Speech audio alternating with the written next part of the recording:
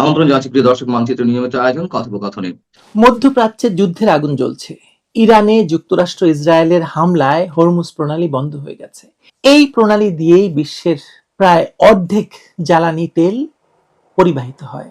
ফলে আন্তর্জাতিক বাজারে জ্বালানির দাম চড়া হয়েছে প্রায় 10%। আর বাংলাদেশের মতো আমদানি নির্ভর দেশের জন্য এটা একটা মারাত্মক আঘাত। ইতিমধ্যে বিশ্বজুড়ে জ্বালানি সরবরাহের অনিশ্চয়তা দেখা দিয়েছে। বাংলাদেশের জ্বালানি আমদানির পরিকল্পনা অনুযায়ী তেল এবং গ্যাস পাওয়া যাচ্ছে না। দেশমুখী তেলের দুটি জাহাজ নির্ধারিত সময়ে আসছে না। এই কারণে ডিজেল বিক্রিতে রেশনিং করার সিদ্ধান্ত নিয়েছে সরকার। পেট্রোল পাম্পগুলোকে চাহিদার 10% কম ডিজেল দেওয়ার নির্দেশ দেওয়া হয়েছে। পরিস্থিতি সঙ্গী। মধ্যপ্রাচ্যে যুক্তরাষ্ট্র ইসরায়েলের ইরানের বিরুদ্ধে সামরিক অভিযানের ষষ্ঠ দিনে বাংলাদেশের জ্বালানি নিরাপত্তা গুরুতর হুমকির মুখে পড়েছে। আন্তর্জাতিক বাজারে জ্বালানি তেলের দাম প্রতি ব্যারেলে $22 বেশি বৃদ্ধি পেয়ে $80 থেকে $109 পৌঁছেছে, যা বাংলাদেশের অর্থনীতির জন্য এক বিপর্যয়কর পরিস্থিতি সৃষ্টি করেছে। এই দাম বৃদ্ধির প্রত্যক্ষ প্রভাবে প্রতি লিটার ডিজেলে সরকারের ক্ষতি দাঁড়িয়েছে $40 বেশি, যা জাতীয় অর্থনীতির উপর অতিরিক্ত চাপ সৃষ্টি করেছে। বাংলাদেশ পেট্রোলিয়াম কর্পোরেশনের তথ্য অনুযায়ী দেশে ডিজেলের মজুদ মাত্র 9 দিনের। হ্যাঁ, আপনি ঠিকই শুনেছেন, মাত্র 9 দিনের আছে, তার মধ্যে 2 দিন চলে গেছে, যা জাতীয় জ্বালানি নিরাপত্তার জন্য অত্যন্ত উদ্বেগজনক। স্বাভাবিক সময়ে দৈনিক 11 থেকে 12,000 টন ডিজেল বিক্রি হলেও বর্তমানে তা 13,000 টন ছাড়িয়ে গেছে। এই অতিরিক্ত চাহিদার কারণে দেশের 2,360টি পেট্রোল পাম্পকে স্বাভাবিক সরবরাহের চেয়ে 10% কম তেল দেওয়ার নির্দেশ দিতে বাধ্য হয়েছে সরকার। এই রেশনিং ব্যবস্থা বাংলাদেশের জ্বালানি ইতিহাসে একটি নজিরবিহীন ঘটনা। তরলীকৃত প্রাকৃতিক গ্যাসের ক্ষেত্রে পরিস্থিতি আরো জটিল। কাতার এনার্জি মার্চ মাসের 15 এবং 18 তারিখে নির্ধারিত দুটি এলএনজি কার্গো সরবরাহ করতে অপারগতা জানিয়েছে। বিকল্প হিসেবে উন্মুক্ত বাজার থেকে এলএনজি সংগ্রহের চেষ্টা করেও বাংলাদেশ সফল হয়নি। ইন্দোনেশিয়ার রাষ্ট্রদূত নিজ দেশের প্রয়োজনের কথা উল্লেখ করে এলএনজি সরবরাহে অপারগতা প্রকাশ করেছেন। এই সংকটের ফলে 15 মার্চের পর দেশে ভয়াবহ গ্যাস সংকট দেখা দিতে পারে, যা বিদ্যুৎ উৎপাদন এবং শিল্প খাতকে মারাত্মকভাবে প্রভাবিত করবে। বিদ্যুৎ খাতে পরিস্থিতি আরো জটিল।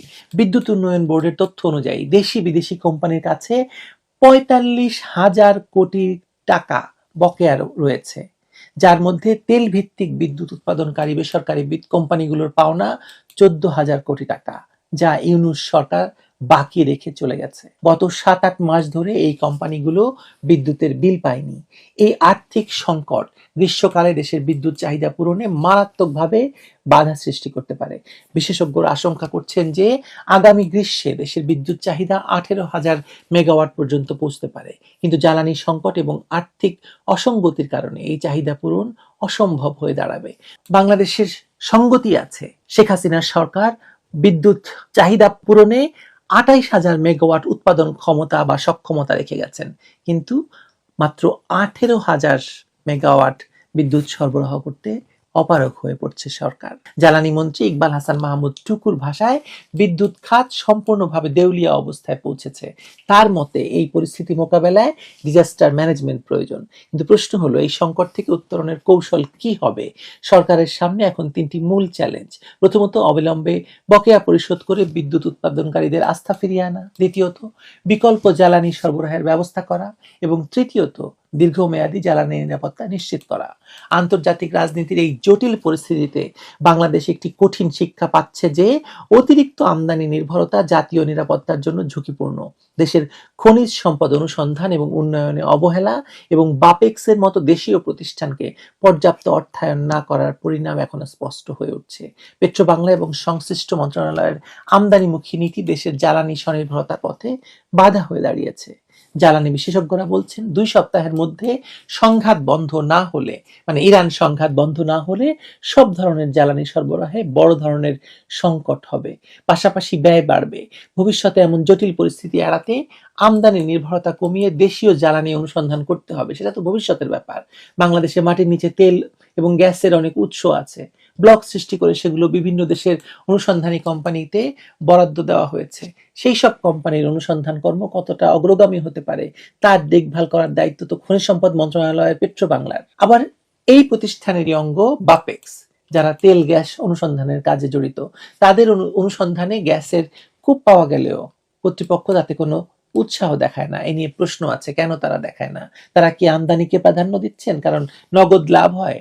সংবাদপত্রে প্রকাশ পেয়েছিল যে বাপেক্সের পর্যাপ্ত তহবিল দেওয়া হয় না, ফলে নতুন নতুন কূপ খনন এবং অনুসন্ধান করা ব্যাহত হয়। এটা পেট্রোবাংলার পুরনো রোগ বা মন্ত্রণালয়ের কর্মকর্তাদের অভিসন্ধি। তারা জ্বালানি সেক্টরের স্বনির্ভরতা আগ্রহী নন, কারণ হচ্ছে তাতে নগদ লাভ হয় না। তারা কি কেবল কমিশন প্রাপ্তিকে প্রাধান্য দেবেন, এটা পরের কথা।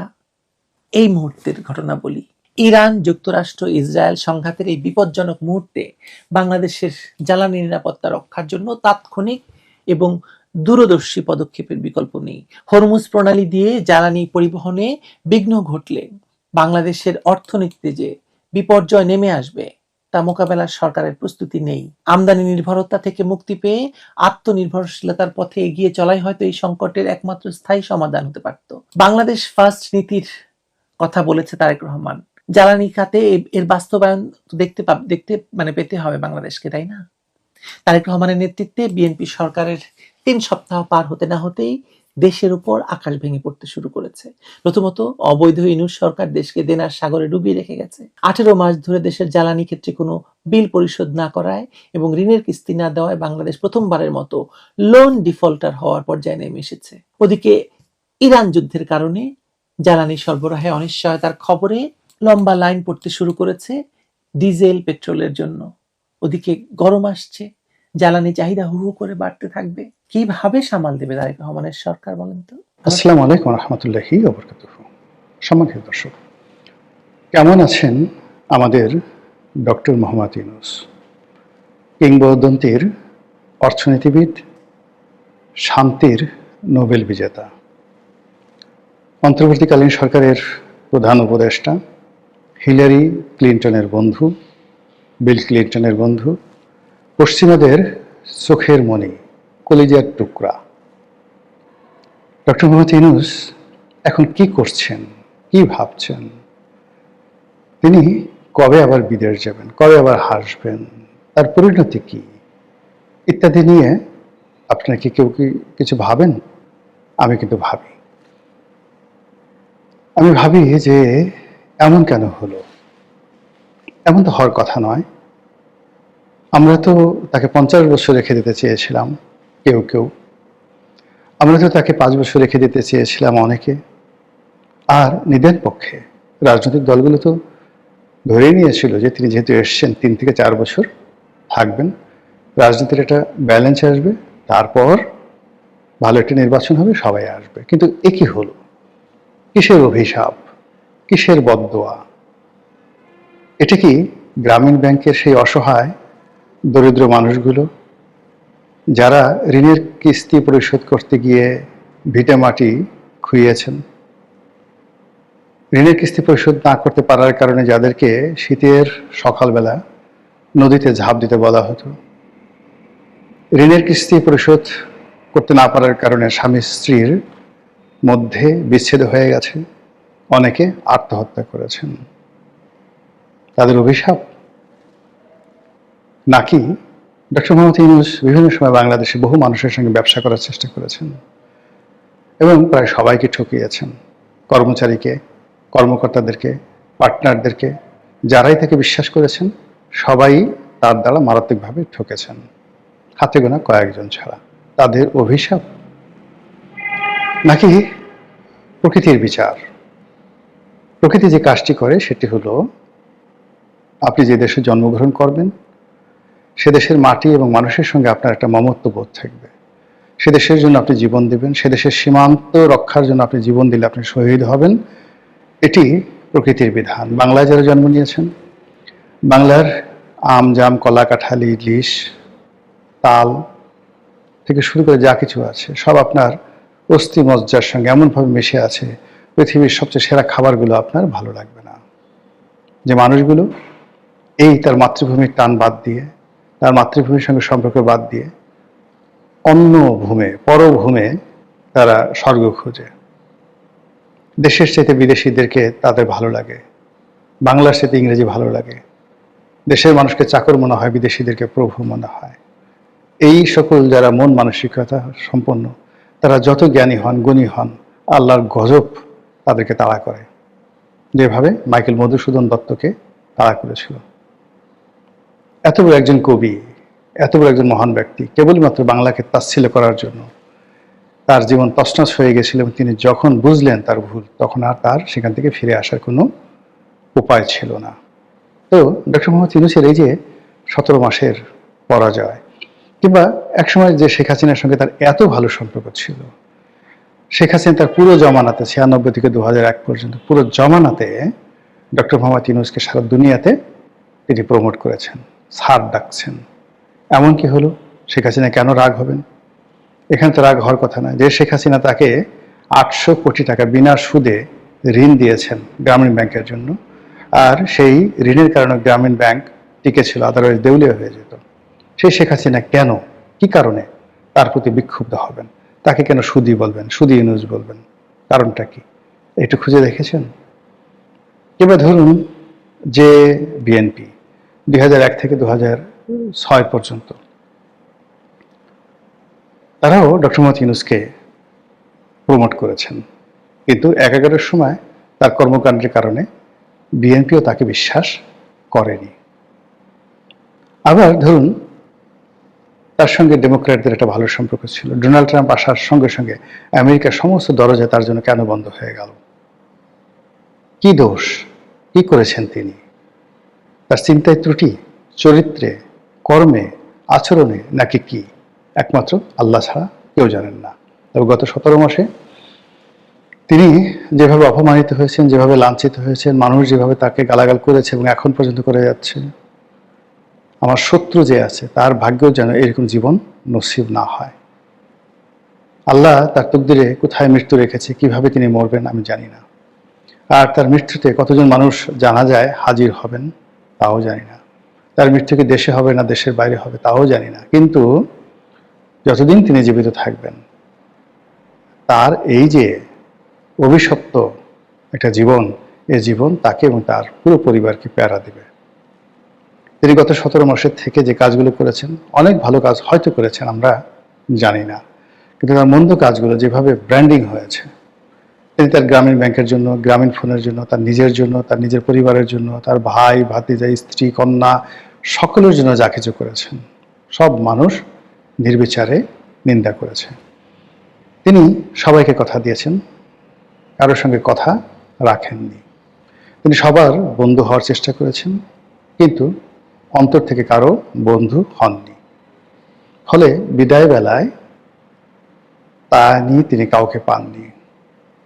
তিনি যেদিন যমুনা ছেড়ে গেলেন, সেদিন জামাতের আমির তারেক রহমান সাহেব, অন্যান্য যে রাজনৈতিক দল যারা এই যাকে বলা হয় সংস্কার কমিটিতে, রিয়াজ আলীর কি আলী রিয়াজ আলী তো না, আলী রিয়াজের সংবিধান সংস্কার কমিটিতে নিয়মিত গেছেন প্রায় কত 70টা না 80টা রাজনৈতিক দল। তারা ফুলের মালা নিয়ে যাবেন, অনেকে কেঁদে দিবেন, অনেকে চোখের পানি ফেলবেন, স্যার আপনি আমাদের ছেড়ে চলে গেলেন, এই হবে তার বিদায়। কিন্তু না, তিনি তার কন্যাকে নিয়ে আর এসএসএফ এর গার্ড নিয়ে ধীরে ধীরে মার্সিডিজ গাড়ির দিকে, সরকারি গাড়ির দিকে এগিয়ে গেলেন। এখন আমরা জানলাম যে তিনি 1 বছর ভিভিআইপি প্রোটোকল নিয়ে তারপর তিনি থাকবেন। সবাই বলছে ভালোই হয়েছে। যদি ভিভিআইপি প্রোটোকল মানে এসএসএফ এর আন্ডারে থাকে, তাহলে তিনি পালাতে পারবেন না, দেশ ছেড়ে যেতে পারবেন না। সবসময় একটা নজরদারিতে রাখা হবে এবং বলা হচ্ছে যে তাকে ইচ্ছা করে এই কাজগুলো করানো হয়েছে, বা তিনি না বুঝে এই ইচ্ছা করে প্রোটোকলের মধ্যে তিনি পড়ে গেছেন। তিনি যদি ক্ষমতা ত্যাগের পরের দিনে চলে যেতেন দেশের বাইরে, কেউ হয়তো তাকে আটকাতো না, কিন্তু আজকের দিনে তার পক্ষে যাওয়াটা আদৌ সম্ভব কিনা এটা আমি বলতে পারবো না। যেটা আমি বলছিলাম যে গত 17 মাসে তিনি যে অসংখ্য শত্রু তৈরি করেছেন, সেই শত্রুদের মধ্যে বেশিরভাগই তার মিত্র। তাকে যারা ভালোবাসতো, চোখ বুঝে ভালোবাসতো, তারা অনেকেই এখন তার শত্রু। যারা তার দীর্ঘায়ু কামনা করতেন, তারা এখন চাচ্ছে না যে এই লোকটা বেশি দিন বেঁচে থাকুক। তারপর অনেকে চাচ্ছেন যে তিনি একটু জেলে যান, তার একটু হাত কড়া পরানো হোক, তার বিরুদ্ধে মামলা হোক, মোকদ্দমা হোক। আওয়ামী লীগের লোকজন যেভাবে সেই কোর্ট কাছারিতে গিয়ে ডিম থেরাপির শিকার হয়েছেন, তার সঙ্গে অন্তত পক্ষে এভাবে একটু ডিম থেরাপি হোক। অ্যাটলিস্ট মুরগির ডিম শক্ত বা হাঁসের ডিম শক্ত, সেগুলো পরিবর্তে যদি কোয়েল পাখির ডিমও মোটামুটি দেওয়া হয় তাকে। কিছু লোক আছেন যারা খুব খুশি হবেন, হাসবেন, জোরে জোরে হাসাহাসি করবেন। এটাই বাস্তবতা।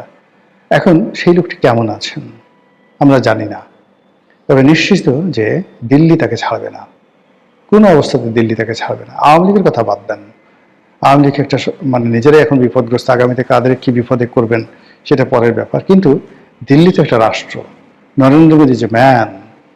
এবং এই পৃথিবীতে গত নরেন্দ্র মোদী 2014 থেকে এই পর্যন্ত পৃথিবীর অনেকগুলো যে গ্লোবাল ডিসিশন, সেই গ্লোবাল ডিসিশন গ্রহণের ক্ষেত্রে বা গ্লোবাল ডিসিশন রহিত করার ক্ষেত্রে যে নরেন্দ্র মোদীর গুরুত্বপূর্ণ ভূমিকা ছিল, তিনি ডক্টর মোহাম্মদ ইউনূস দ্বারা গত 17 বছর যে নির্যাতিত হয়েছেন, নিপীড়িত হয়েছেন, অপমানিত হয়েছেন, লাঞ্ছিত হয়েছেন, যাকে রীতিমতো চু লিং পং করে দেওয়া হয়েছে সরকারের পক্ষ থেকে। এখন এই চু লিং পং নাকি যাকে বলা হয় খুব ভালো একটি বাংলা ভাষা, ভালো কথা। এখন এই বাংলা ভাষাটাকে যদি জনাব নরেন্দ্র মোদী তিনি ডক্টর মোহাম্মদ ইউনূসের জন্য গলার মালা করে তার গলায় ঝুলিয়ে দেন, তার পোশাক বানিয়ে দেন, এটা দিয়ে, এই শব্দ দিয়ে সারা শরীর শুধু লেখা থাকবে, রুদ্রাক্ষের মালার উপর চুইলিং পং লিখে তার গলায় বিরাট একটা মালা ঝুলিয়ে দেন, হাতে ওইরকম একটা মালা ঝুলিয়ে দেন যে সারাদিন আপনি ওইটা বলেন, ইয়া মবু ইয়া মবু ইয়া চুইলিং পং, মানে চুইলিং পং মানে সুদলিং পং, বাট আমি একটু ভদ্র করে চুইলিং পং বলছি আর কি। তো এটা আপনি জব করতে থাকেন, বিকজ এই আপনি বাংলাদেশে কিছু গত 17 মাসে দিতে পারছেন আর না পারছেন, কিন্তু মব এবং এই সুদলিং পং এই দুটো শব্দ আপনি জাতিকে উপহার দিয়েছেন, এমনভাবে শিখিয়ে দিয়েছেন জাতি আর কোনোদিন ভুলবে না। তো যেটা বলছিলাম যে বর্তমান সরকারের উপর তো আপনারা সবাই জানেন, নিশ্চিত আমেরিকার একটা প্রভাব আছে, ভারতের একটা প্রভাব আছে। ভারতের গ্রিন সিগন্যাল ছাড়া, আমেরিকার গ্রিন সিগন্যাল ছাড়া বাংলাদেশে কোনো কিছু ঘটেনি এই গত সেই কয়েক মাসে। তো তাই যদি হয় সেক্ষেত্রে ডক্টর মোহাম্মদ ইউনূসকে কি সহজে ছেড়ে দেওয়া হবে আল্লাহ জানেন, অথবা তার বিরুদ্ধে কি নতুন করে দুর্নীতির মামলা হবে, তার উপদেষ্টাদের বিরুদ্ধে মামলা করার জন্য তোড়জোড় হচ্ছে, সমস্ত উপদেষ্টারা ত্রাহি ত্রাহি করছে, কেউ আন্দোলনের হুমকি দিচ্ছে, কেউ গণ অভ্যুত্থানের হুমকি দিচ্ছে, কেউ বলছে বিদেশে পালিয়ে যাওয়ার যেতে পারতাম কিন্তু না গেছি, কেউ ব্যাংক হিসাব দাখিল করছে, কেউ বলছে আমি চোর না, আমি দুর্নীতিবাজ না, আমি জীবনে কোনোদিন দুর্নীতি করি নাই, আমি কোনোদিন মানে কি বলবো কোনো দুর্নীতি করি নাই, 1 টাকারও দুর্নীতি করে নাই। এই সকল কথাবার্তা শুনে বোঝা যায় যে কি পরিমাণ চাপের মধ্যে উপদেষ্টারা রয়েছে। আর উপদেষ্টারা যদি চাপের মধ্যে থাকে, ডক্টর মোহাম্মদ ইউনূসকে চুমার মধ্যে থাকবেন, চুম্বনের মধ্যে থাকবেন, প্রশ্নই আসে না। এবং সেক্ষেত্রে কি হবে, তার যে পুরনো মামলাগুলো সেগুলো যদি নতুন করে চালু হয়, তার বিরুদ্ধে যদি আবার নতুন করে মামলা হয়, আবার সেই তাকে যদি কোর্ট কাছারিতে ঘুরতে হয়, তিনি তখন জোরে জোরে চিৎকার করে বলবেন যে আগেই ভালো ছিলাম, আগে সিঁড়ি দিয়ে উঠতাম হেঁটে হেঁটে, পেছন থেকে কেউ গালি দিত না, কেউ ডিম মারতো না, আগে কখনো হ্যান্ডকাপ পরানো হয়নি, আগে খাঁচার মধ্যে ঢোকার নিয়ম ছিল কিন্তু ম্যাজিস্ট্রেট ভদ্রতা করে আমাকে খাঁচায় ঢুকায়নি, আমি নাটক করার জন্য খাঁচায় ঢোকার চেষ্টা করেছি, আর এখন একই হলো, একই ঘটছে, এও কি দুনিয়া, এও কি সম্ভব? হিরোডোটাসের সেই বিখ্যাত গল্প সাইরাস বনাম ক্রেশাস, সেই সময়টিতে মহামতি সাইরাস মানে পারস্যের সম্রাট, তার দ্বারা যখন লিডিয়ার রাজা ক্রেশাস মৃত্যুদণ্ড প্রাপ্ত হলো, তখন আশ্চর্য হয়ে গেলেন। এখন যেভাবে যদি অলানে ছাড়েন ইরান জিতে যায়, ইরান জিতার পর ডোনাল্ড ট্রাম্পকে ধরে আনা হয় এবং ইরানের শাসকরা সিদ্ধান্ত দেয় যে বড় একটা জ্বলন্ত চিতা জ্বালাও, সেই চিতায় ডোনাল্ড ট্রাম্পকে হ্যান্ডকাপ পরিয়ে শিকলবদ্ধ অবস্থায় তাকে পুড়িয়ে মারো। তখন ডোনাল্ড ট্রাম্প যেভাবে আশ্চর্য হবেন, ঠিক এরকম ঘটনা এই পৃথিবীতে ঘটেছিল। তখন পারস্যের সম্রাট ছিলেন এই সাইরাস দ্য গ্রেট, তখন ছোট্ট এখনকার যে পারস্য তার চেয়েও ছোট পারস্য ছিলেন তিনি। তখন যে রাজার কথা বলছি, লিডিয়ার রাজা ক্রেশাস, এই তুরস্ক, পুরো তুরস্কের এই অঞ্চলে ছিল তার রাজধানী, এবং তুরস্ককে কেন্দ্র করে বসফরাস প্রণালী পার হয়ে পুরো ইউরোপের রাজা ছিলেন। মোর দ্যান 400 ইয়ার্স তার বংশ রাজত্ব করেছিল প্রাচীন দুনিয়াতে। সেই বংশের সবচেয়ে পাওয়ারফুল সম্রাট ছিলেন সম্রাট ক্রেশাস। আর সম্রাট ক্রেশাসের অধীনে ছোট্ট একটা সামন্ত রাজা ছিলেন সাইরাস। সেই সাইরাসের কাছে ক্রেশাস পরাজিত হয়েছিলেন যুদ্ধের ময়দানে। আর সাইরাস তাকে বলছিলেন যে ওকে বন্দি করে চিতার আগুনে ফেলে জ্বালিয়ে পুড়িয়ে মারো। যখন তাকে চিতার আগুনে নিয়ে যাওয়া হচ্ছিল, তিনি খুব অবাক হয়ে আশ্চর্য হয়ে আকাশের দিকে তাকিয়ে বলেছিলেন, হে বিধাতা, এও কি সম্ভব? এই ঘটনা পৃথিবীতে অতীতে বহুবার ঘটেছে। আগামীতে যে ঘটবে না, এটা কি পারস্য কিংবা বাংলায়, এ কথা আপনি আমি বলতে পারি না। মহান আল্লাহ আমাদের সবাইকে হেদায়েত দান করুন এবং হেফাজত করুন। আসসালামু আলাইকুম ওয়া রাহমাতুল্লাহি